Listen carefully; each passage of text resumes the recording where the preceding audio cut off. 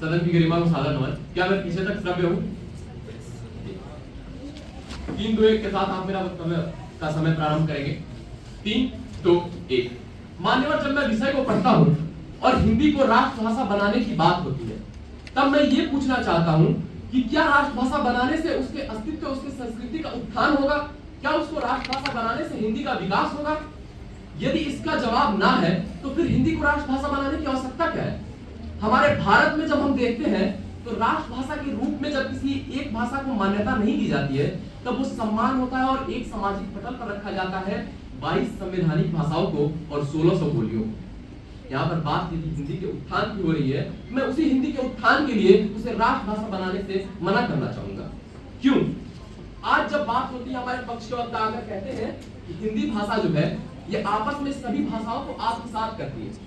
मैं पूछना चाहता हूं कि जब राष्ट्रभाषा के लिए हिंदी को मनोनीत किया जाएगा, जब उसे नामित किया जाएगा, तब भी क्या वो अन्य भाषाओं को आत्मसात कर नेतृत्व करेगी? नहीं।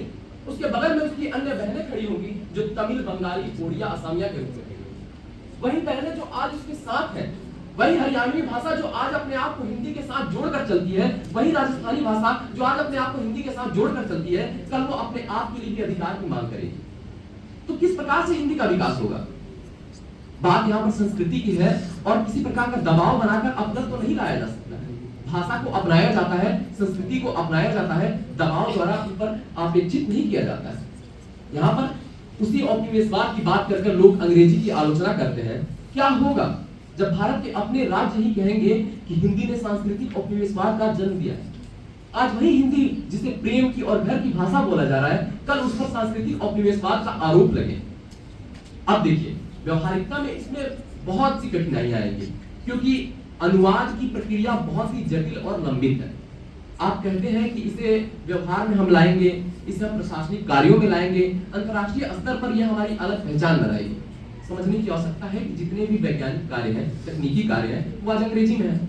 चलिए मान लिया हमने और हिंदी को राष्ट्रभाषा के रूप में बना दिया और अंतर्राष्ट्रीय स्तर पर हम इसे अपेक्षित करने लगे। क्या होगा? क्या उतनी ही सरलता से हम इसका अनुवाद कर पाएंगे? क्या भारत जब वैश्विक पटल पर विश्व गुरु बनने के लिए संघर्ष कर रहा है और एक विकासशील की अवस्था में है, क्या उस समय पर हमें भाषा के लिए भी संघर्ष करना आवश्यक है? क्या भारत में हिंदी को ही राष्ट्रभाषा बनाना अंतर्राष्ट्रीय पटल पर विकसित करने का एकमात्र साधन है? नहीं। बात यहाँ पर फ्रांस की होती है, बात यहाँ पर साउथ कोरिया की होती है और उदाहरण दिया जाता है कि वहां पर एकीकरण के लिए जो भाषा है वो नितांत आवश्यक है और वो फायदेमंद रहा है।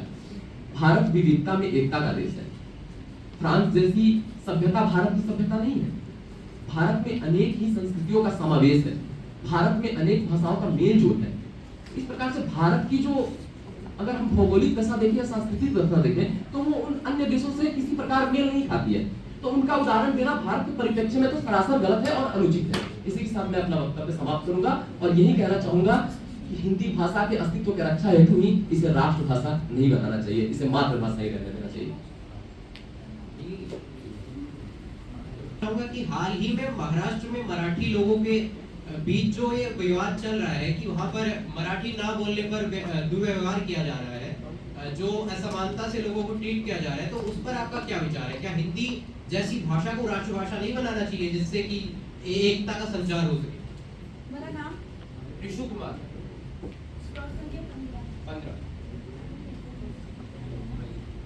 एक बार तो क्वेश्चन किया था मैंने जो स्लॉट लिशन किया एक बार, ईशू ने एक बार क्वेश्चन किया था। हाँ, प्रश्न क्या होगा? तो दोबारा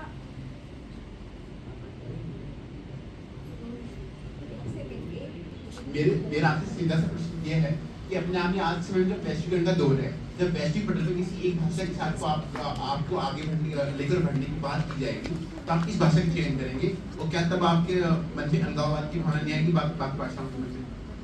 जी तो देखिए, ये बहुत ही जटिल समस्या है कि जब हम हिंदी के बचाव की बात कर रहे हैं और अंतर्राष्ट्रीय परिदृश्य की भी बात कर रहे हैं, तो मैं कहना चाहूंगा कि देखिए, अंतर्राष्ट्रीय व्यवहार में जब हम हिंदी को लाएंगे और उसे राष्ट्रीय भाषा बनाएंगे तो उसमें क्या होगा?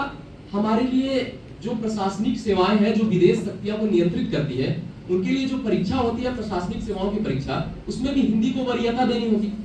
ऐसे में आप सोच कर देखिए कि क्या हम उन्हीं राज्यों को एक तरफा बढ़ावा नहीं देंगे जो हिंदी भाषी है? मैं हिंदी भाषी हूं, मैं हिंदी में कुछ क्लिष्ट शब्दों का प्रयोग करूंगा, मुझे योग्य समझा जाएगा।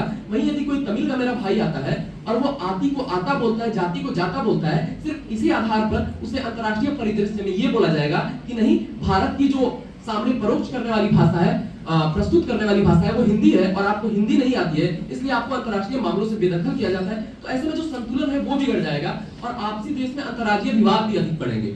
इसी के साथ बहुत बहुत धन्यवाद।